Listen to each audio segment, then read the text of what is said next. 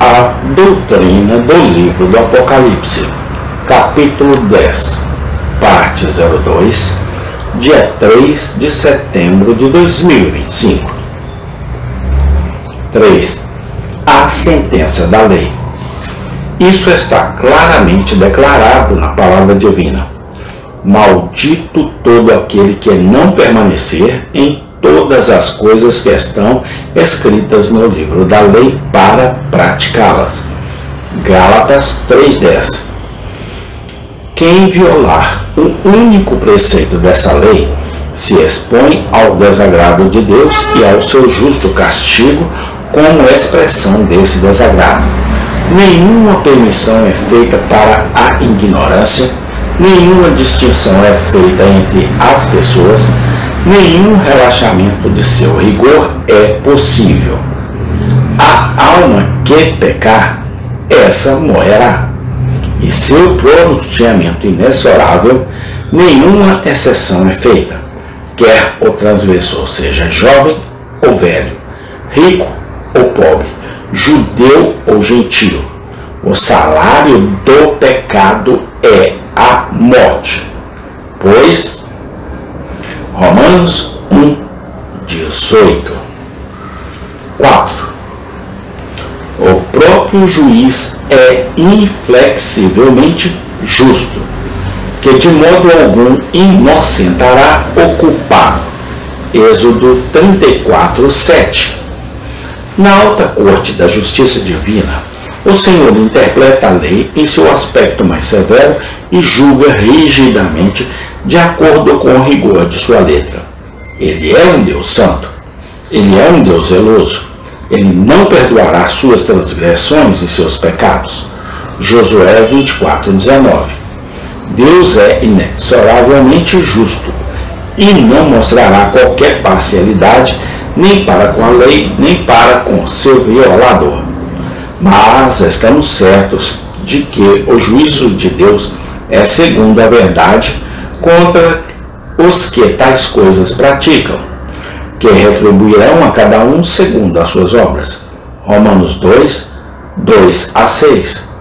Ele determinou que sua lei será fielmente mantida e suas sanções rigorosamente aplicadas. 5. O pecador é inquestionavelmente culpado. Não é apenas que ele tem enfermidades ou que ele fez o seu melhor, mas falhou em atingir a perfeição absoluta. Ele desprezou a autoridade de Deus e provou ser um rebelde orgulhoso em vez de um súdito leal. Ele seguiu o seu próprio caminho e se gratificou sem qualquer preocupação com a honra divina. Moralmente respeitável ele pode ser aos olhos de seus companheiros, mas um criminoso diante do tribunal divino é impossível para qualquer homem livrar-se da acusação solene.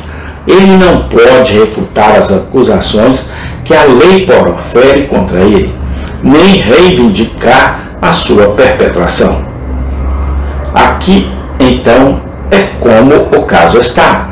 A lei exige obediência perfeita e contínua aos seus preceitos no coração e no ato, no motivo e no desempenho. Deus nos acusa de não termos cumprido esses requisitos justos e nos declara culpados.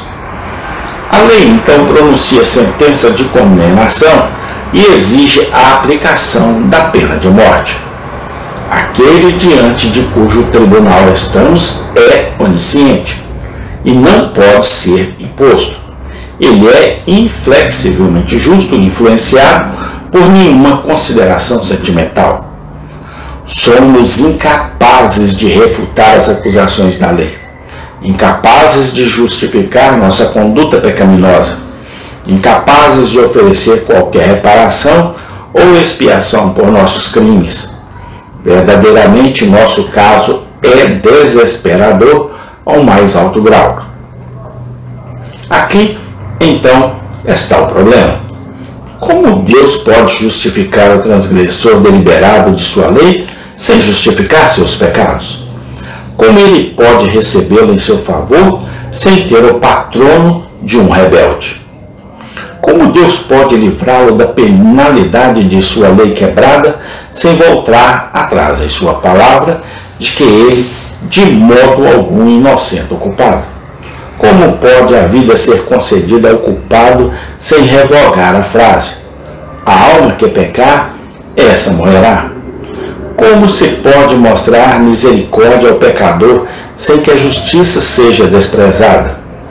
Esse é um problema que nenhum dos juristas desta terra poderia resolver, que deve sempre ter confundido toda a inteligência finita. No entanto, bendito seja o seu nome.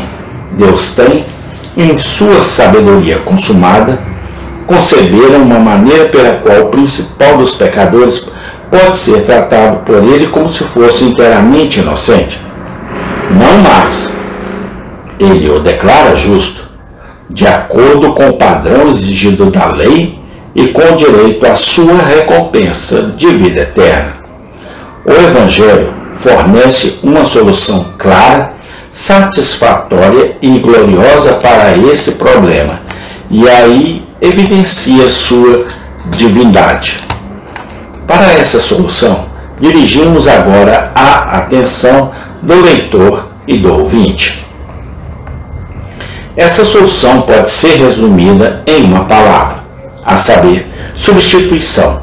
Embora 1 milhão de palavras não pudessem expressar todas as maravilhas estupendas que a acompanham, Deus decretou que a salvação deveria ser providenciada para os transgressores e, para que sua justiça não fosse comprometida, determinou que o outro deveria tomar seu lugar e, em seu lugar, fazer uma plena satisfação à lei divina, prestando uma obediência impecável a ela.